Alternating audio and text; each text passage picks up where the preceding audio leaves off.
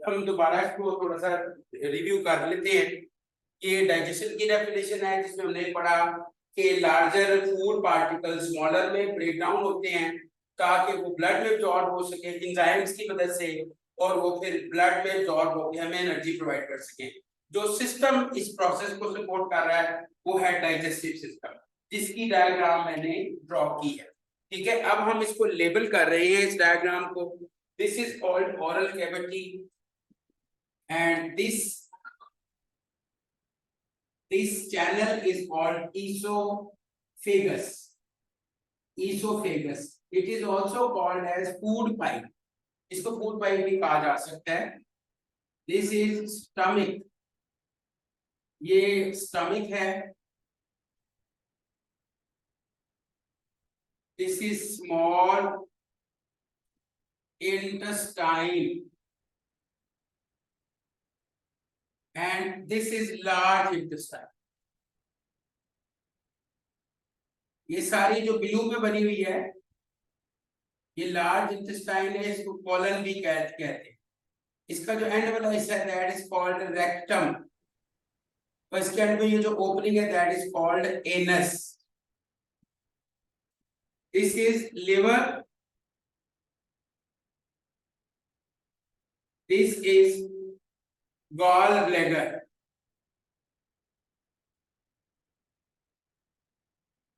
और ये जो जा रही है नाली इसको कहते हैं बाइल डक्ट।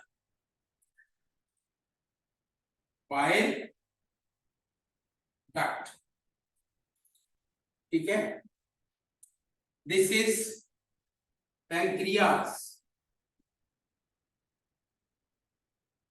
पैंक्रियास, ठीक है। तो ये हमारी जो है ये लार्ज मतलब डाइजेस्टिव सिस्टम है। ये स्मॉल इंटेस्टाइन है, इसके बच्चों तीन हिस्से होते हैं, 3 पार्ट्स। अच्छा, ये जो फिंगर लाइक प्रोजेक्शन है इसको अपेंडिक्स कहते हैं, अपेंडिक्स, ठीक है, अपेंडिक्स। इसके 3 हिस्से होते हैं। पहला हिस्सा होता है ड्यूडीनम, दूसरा होता है जेजीनम, तीसरा होता है एलियम।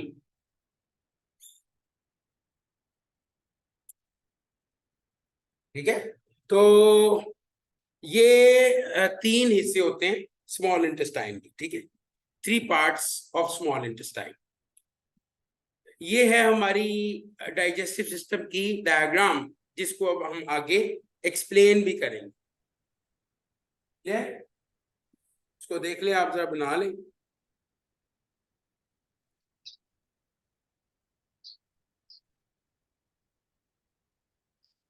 अच्छा, अब सबसे पहले है फूड, अब आपके माउथ में आता है तो ओरल कैविटी आती है। ओरल कैविटी का काम है मैस्टिकेशन,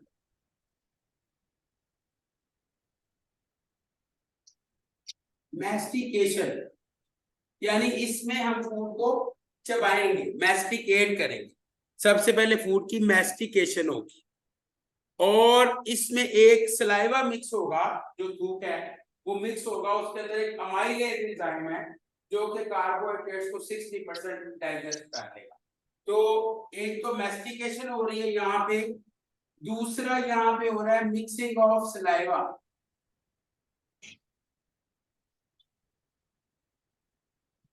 इन फूड, और amylase is breaking 60% कार्बोहाइड्रेट्स। ये 3 चीजें बच्चों हमारे ओरल कैविटी में होती है, यानी मैस्टिकेशन होती है, फूड चबाया जाता है, उसमें सलाइवा मिक्स होता है, और फिर जो अमाइलेज एंजाइम है वो 60% कार्बोहाइड्रेट्स को डाइजेस्ट कर देता है।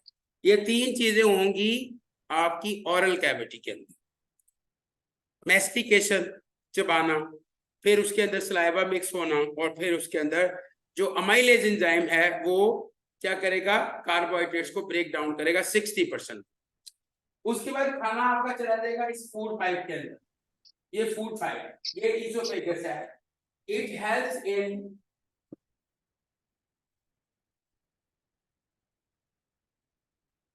transportation of food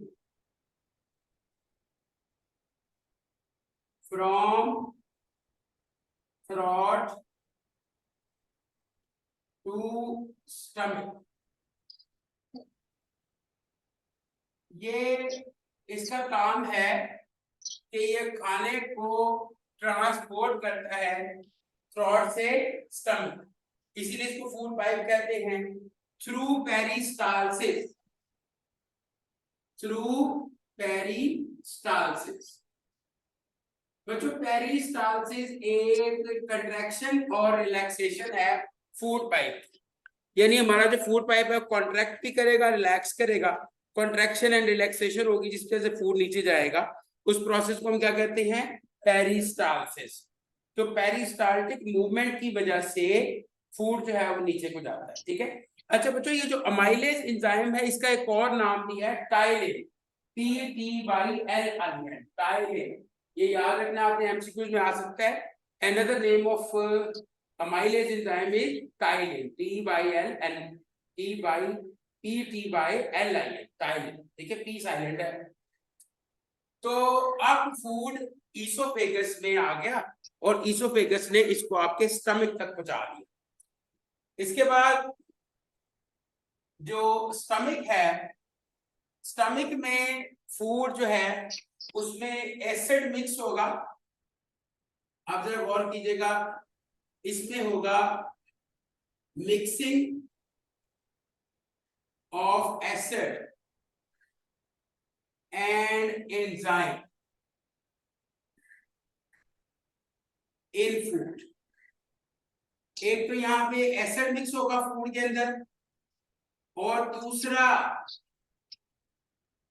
grinding of food.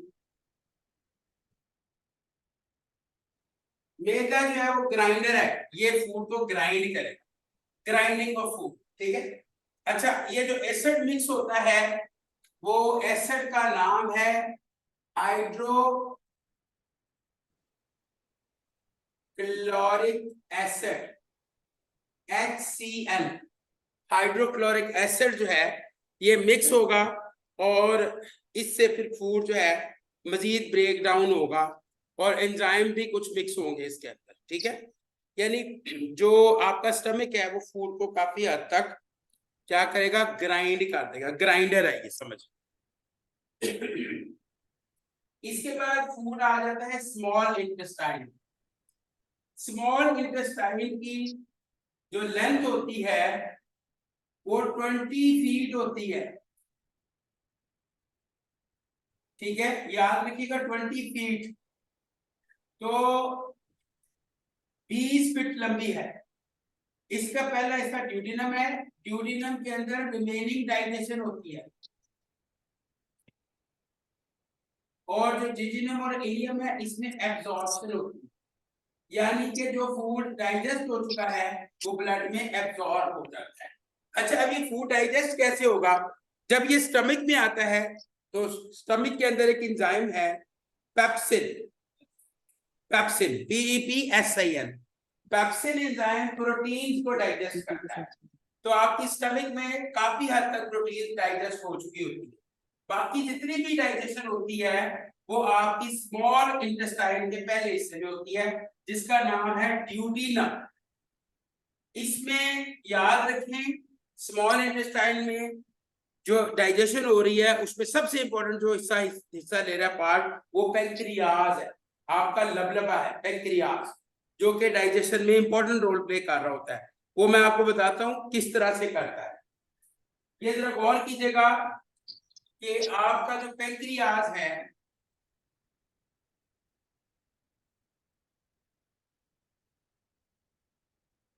ये पेंक्रियाज है और इसके साथ ये पेंक्रियाटिक डक्ट है जो कि स्मॉल इंटेस्टाइन के साथ जुड़ी हुई है। इसमें से एक आता है पेंक्रियाटिक जूस, यानी इसके अंदर से आता है पेंक्रियाटिक जूस, और ये पैंक्रियाटिक जूस आपके स्मॉल इंटेस्टाइन में एंटर हो जाता है। इसके अंदर 3 एंजाइम्स होते हैं। पहला है पैंक्रियाटिक अमाइलेज,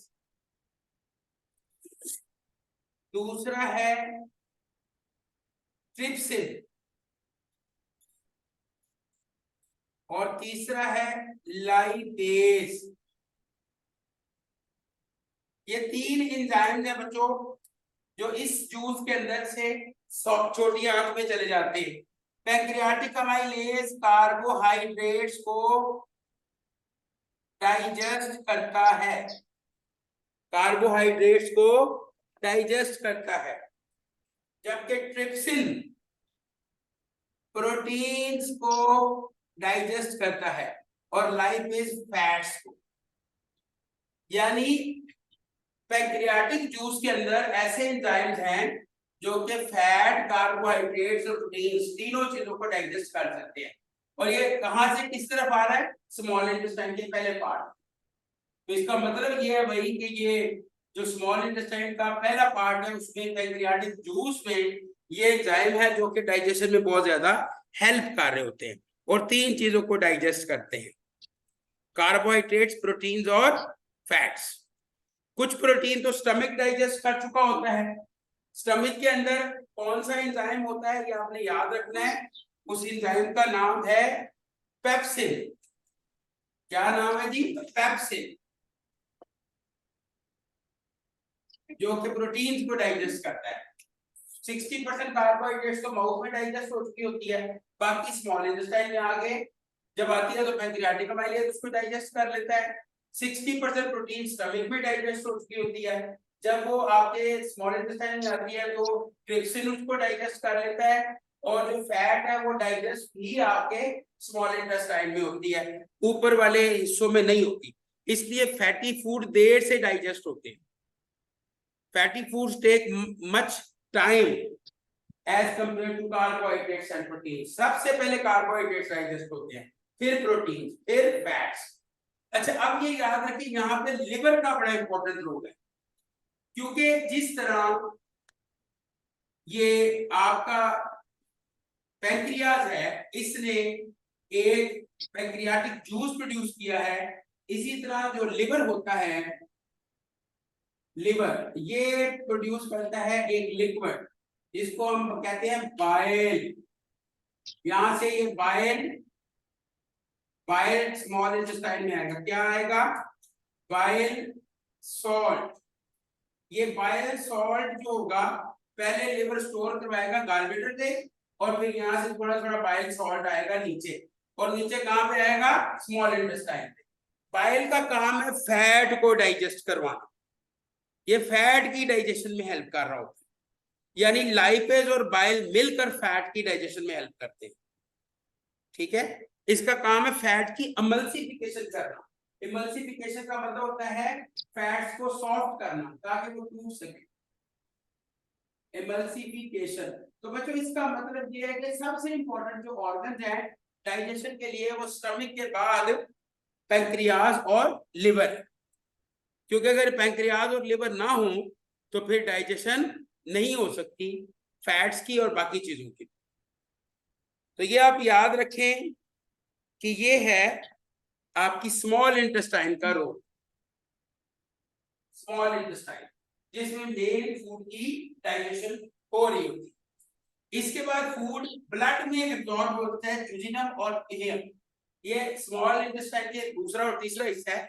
इसके इर्द गिर्द कैपिलरीज होती हैं, खून की नालियों का एक जाल होता है जिसके अंदर वो ब्लड यानी मॉलिक्यूल्स जो है वो क्या होते हैं, ब्लड में एब्जॉर्ब हो जाते हैं, जो डाइजेशन के बाद ब्रेक डाउन हो चुके होते हैं। और जो वेस्ट होगा वो किधर चला जाएगा? Large intestine. तो जितना वेस्ट मटेरियल है वो लार्ज इंटेस्टाइन में जाएगा। इसका मतलब है इसका काम है accumulation and compaction of waste, accumulation and compaction of waste। यानी वेस्ट को एक्यूमुलेट भी करता है, उसको कंपैक्ट भी करता है, कंपैक्शन ऑफ वेस्ट, ठीक है। और दूसरी चीज आप ये याद रखें, accumulation and compaction of waste के अलावा विटामिन के सिंथेसिस, इसका काम है विटामिन के बनाना। यानी लार्ज इंटेस्टाइन में कुछ बैक्टीरिया होते हैं जो विटामिन के भी बनाते हैं, ये भी इसका रोल है। वेस्ट को तो एक्यूमुलेट कर ही रहा है। और तीसरा इसका जो रोल है वो है वाटर कंजर्वेशन। बॉडी के अंदर कितना वाटर रहना चाहिए, कितना स्टूल के जरिए बाहर जाना चाहिए, इसकी कंजर्वेशन भी लार्ज इंटेस्टाइन करती है, वाटर कंजर्वेशन। तो लार्ज इंटेस्टाइन जो है वो ये 3 कामों में हिस्सा लेती है। और जितना वेस्ट होता है वो लार्ज इंटेस्टाइन में एक्यूमुलेट होता है और फिर बाहर निकल जाता है बॉडी से बाहर स्टूल की form. So this is the whole process of digestion. ये पूरा एक नोट है 5 नंबर का जो मैंने आपको बताया है, ये आ सकता है और इसमें आपने इस तरह स्टेप बाय स्टेप लिखना है। एंजाइम्स के नाम भी याद रखने हैं। आपने याद रखना है कार्बोहाइड्रेट्स को डाइजेस्ट करने के लिए 2 एंजाइम्स हैं। एक का नाम है अमाइलेज, जिसको टाइलिन भी कहते हैं, और पैंक्रियाटिक अमाइलेज। प्रोटीन को डाइजेस्ट करने के लिए 2 एंजाइम्स हैं, पेप्सिन और ट्रिप्सिन। और फैट्स को डाइजेस्ट करने के लिए भी 2 चीजें हैं, एक एंजाइम है, एक सॉल्ट है। बाइल सॉल्ट है और जो लाइपेज है वो एंजाइम, ये डाइजेशन में हेल्प करते हैं। So this is all about digestive system of human body. Please seat जी, इसको देखिए जरा। मेटाबॉलिज्म मैंने कल पढ़ा दिया था आप लोगों को।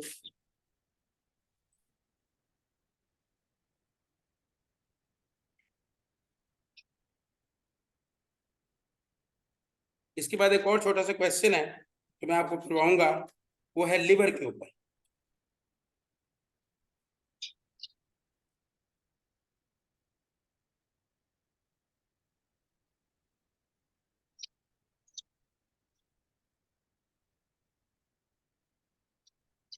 पिक्चर ले लें और ग्रुप पे शेयर कर दीजिए।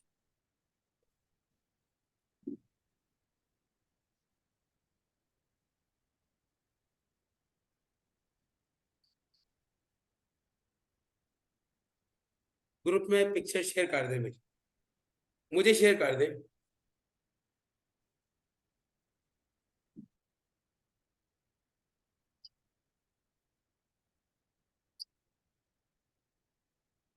लो बच्चों, ठीक हो गया, क्लियर। तो ये मैं अब रख कर लेता हूँ। अब मैं आपको एक टॉपिक करवाऊंगा, liver, function of liver in human body. Liver as a chief chemist जी है, रक्त नाली को कहते हैं, बिल्कुल। ले जी, रब करने लगा हूं मैं।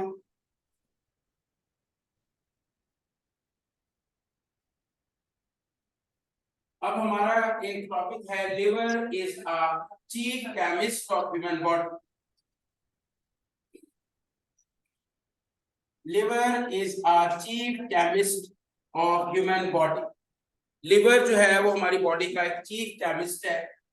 पहले तो ये देखिए ना, लिवर अगर आप इसकी डायग्राम बनाते हैं, liver is an organ which is present in abdominal region, आपके एब्डोमिनल रीजन में होता है। और इसकी वजह 2 लोब्स होती है, एक हिस्सा ये होता है और एक हिस्सा ये होता है। इसको हम कहते हैं राइट लोब,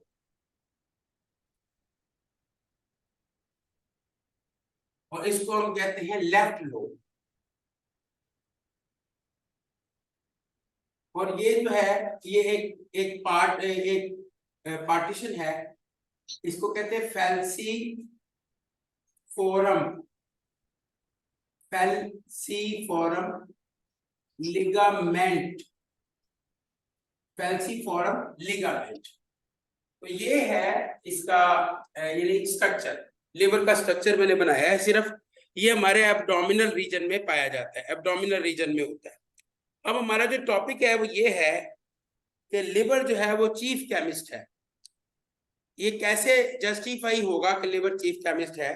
डेफिनेटली इसको जस्टिफाई करने के लिए हमें इसके फंक्शंस पढ़ना पड़ेगा। तकरीबन इसके साथ 8 से 9 के करीब इंपॉर्टेंट फंक्शंस हैं जो मैं आपके साथ शेयर कर रहा हूं।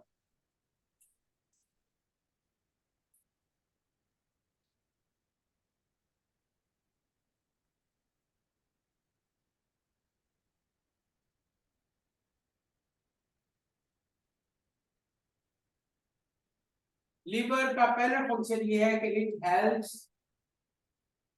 In maintaining blood glucose level. ये ब्लड ग्लूकोज लेवल को मेंटेन करने में हेल्प करता है। It helps in maintaining blood glucose level by storing access glucose. ये भी नोट कर लें, bye storing access glucose in the form of glycogen. ये हमारी ब्लड के अंदर जो एक्सेस ग्लूकोज होती है उसको ग्लाइकोजन की फॉर्म में स्टोर करता है। ठीक है, ये चीज एक्सेस ग्लूकोज, ठीक है। अच्छा, इसका दूसरा रोल क्या है, अभी आपने पढ़ा है, it helps in digestion of fats by producing bile salt। ये बाइल सॉल्ट प्रोड्यूस करके फैट को डाइजेस्ट करने में हेल्प करता है, बाइल सॉल्ट। इसके अलावा ये हमारे बॉडी के टेम्परेचर को और सॉल्ट बैलेंस को मेंटेन करता है। तो इसको हम कहते हैं thermoregulation and osmoregulation. It helps in thermo regulation and osmoregulation। Osmoregulation means salt and water balance, thermoregulation means temperature balance, यानी हमारी बॉडी के टेम्परेचर को भी बैलेंस करेगा और सॉल्ट और वाटर को भी बैलेंस करेगा। इसके अलावा बच्चों एक बहुत अहम काम है, अल्लाह ताला ने हमारी बॉडी के अंदर दो फिल्टर रखे हुए जो कि ब्लड को साफ करते हैं, एक किडनी है और दूसरा लिवर है। तो लिवर का सबसे इंपॉर्टेंट रोल ये है कि it helps in detoxification. Detoxification का मतलब है removal of toxic substance from blood. एक वेन होती है जिसका नाम है hepatic portal vein. Hepatic portal vein जो लिवर में से गुजरती है और उसमें से फिर जो भी ब्लड गुजरता है उसको वो साफ करती है, उसके अंदर से टॉक्सिन्स को रिमूव करती है। हेपेटोलॉजी असल में लिवर की स्टडी को कहते हैं, तो वहां से वर्ड निकला है हेपेटिक, हेपेटिक सॉरी हेपेटिक, ठीक है। तो हेपेटिक पोर्टल वेन जो है ये ब्लड प्यूरिफिकेशन में बहुत इंपॉर्टेंट रोल प्ले कर रही होती है। तो ये एक लिवर का काम है डिटॉक्सिफिकेशन, यानी ब्लड को साफ करना, टॉक्सिन्स को रिमूव करना। इसके बाद इसका एक रोल है डीअमाइलेशन।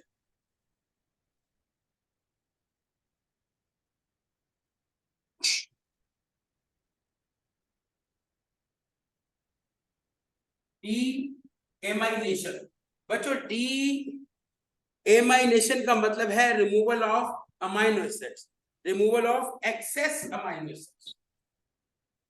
अगर आपके ब्लड में ज्यादा अमाइनो एसिड्स आ रहे हैं तो उनको रिमूव करने में ये हेल्प करता है डीअमाइलेशन। इसको क्या कहते हैं? Yes, deamination means removal of excess amino acids. अच्छा, ये हमारी बॉडी में जो मेटाबॉलिक रिएक्शन हो रहे होते हैं ना उनको मेंटेन करने में भी बहुत हेल्प करता है। It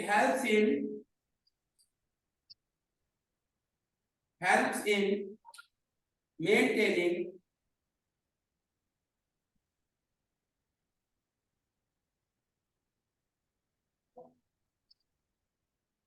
metabolic reactions taking place in human body ये जो बॉडी में मेटाबॉलिक रिएक्शन हो रहे होते हैं उनको भी मेंटेन करने में हेल्प करता है। इसके अलावा बच्चों ये जो रेड ब्लड सेल्स डेड हो जाते हैं उनको डिकम्पोज करने के लिए में भी हेल्प करता है। Liver also helps in decomposition of dead red blood cells। तो डेड आरबीसी होंगे, डेड रेड ब्लड सेल होंगे, उनको भी ये डिकम्पोज करने में हेल्प करेगा। अच्छा, इसके अलावा ये जो एक प्रोटीन होती है फाइब्रिनोजेन, जिसका काम होता है ब्लड क्लॉटिंग, फाइब्रिनोजेन प्रोटीन बनाने में भी हेल्प करता है। Liver helps in manufacturing of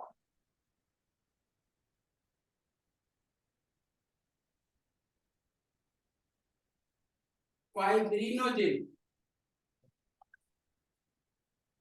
protein, and that protein is very important because this protein is involved in blood clotting। अच्छा, और एज ए होल इसका काम है प्योरिफिकेशन ऑफ ब्लड।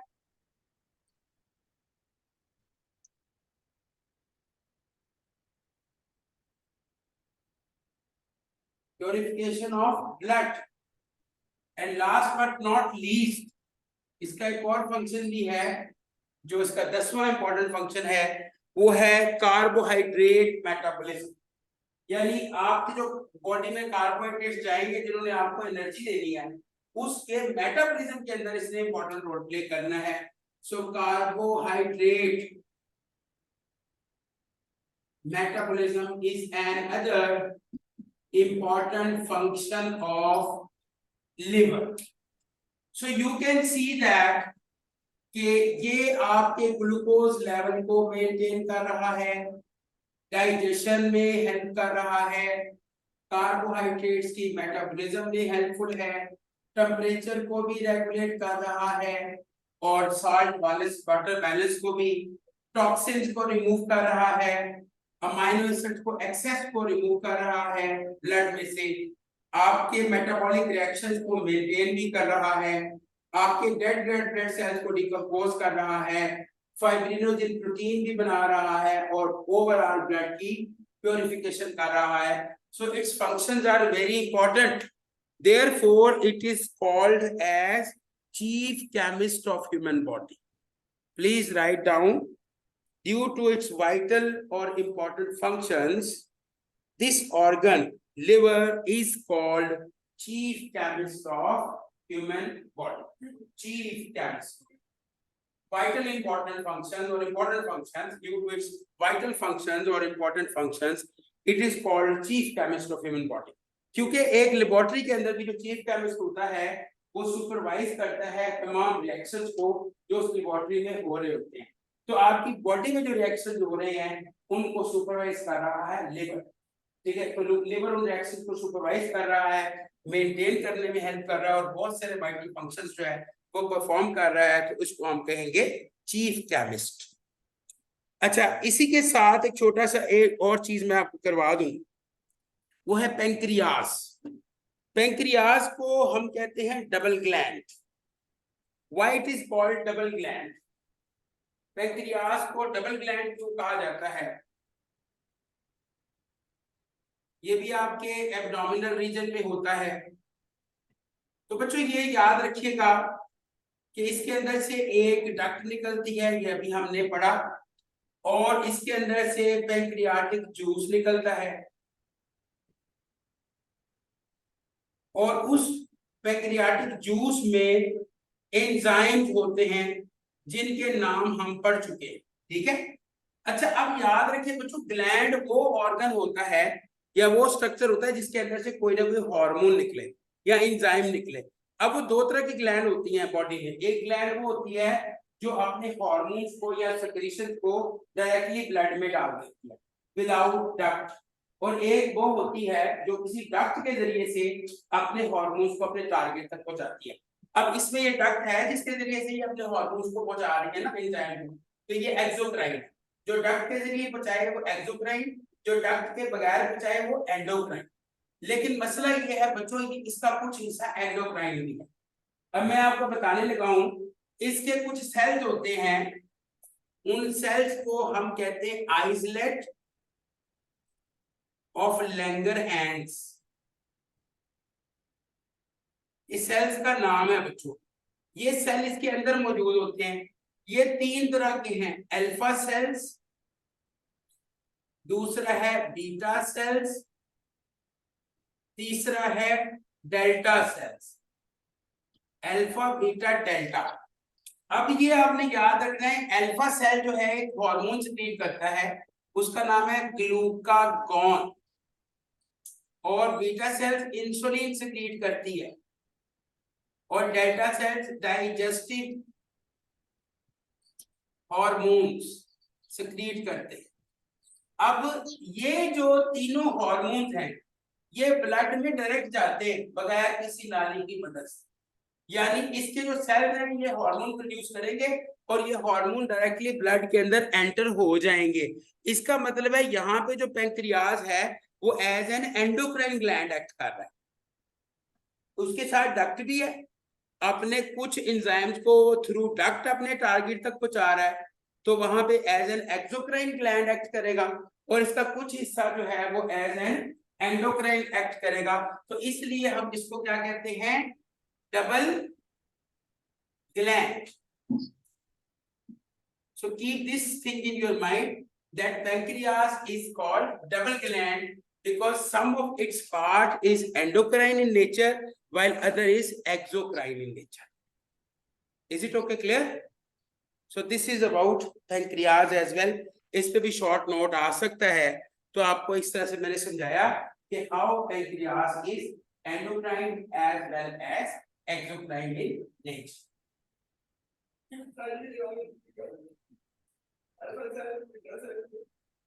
जो पैंक्रियाज होता है उसके अंदर कुछ सेल्स होते हैं, उनको आइसोलेट ऑफ लैंगरहैंस कहते हैं। ये सेल्स 3 तरह के होते हैं, अल्फा बीटा और delta. Alpha cell glucagon secrete करता है हार्मोन, बीटा सेल इंसुलिन। इन दोनों का काम है ब्लड शुगर को मेंटेन करना। ये की डिटेल में आपको पढ़ाऊंगा बाद में जब एंडोक्राइन सिस्टम पढ़ाऊंगा। तो ग्लूकागॉन और इंसुलिन का क्या काम है, ब्लड ग्लूकोज मेंटेन करना। बाकी जो इसके एंजाइम है उसके बारे में तो आप अभी पढ़ चुके हैं। अल्फा सेल से ग्लूकागॉन बनती है, बीटा सेल से इंसुलिन बनती है, डेल्टा सेल से डाइजेस्टिव हार्मोन बनते हैं और डायरेक्टली ब्लड में एंटर होते हैं विदाउट डक्ट। लेकिन जो डक्ट वाला मामला है वो भी इसके साथ है। इसमें से पैंक्रियाटिक जूस आता है और उसमें से 3 एंजाइम निकलते हैं। कौन कौन से अभी पढ़ा हमने, पैंक्रियाटिक अमाइलेज, लाइपेज और ट्रिप्सिन।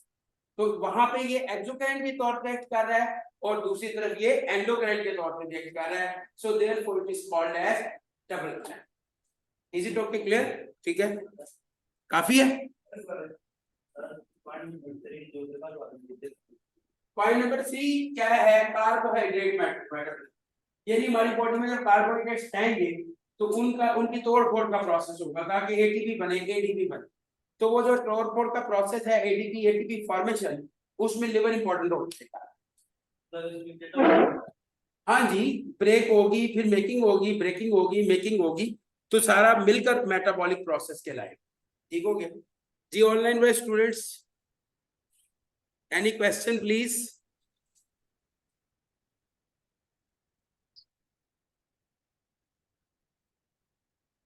ओके,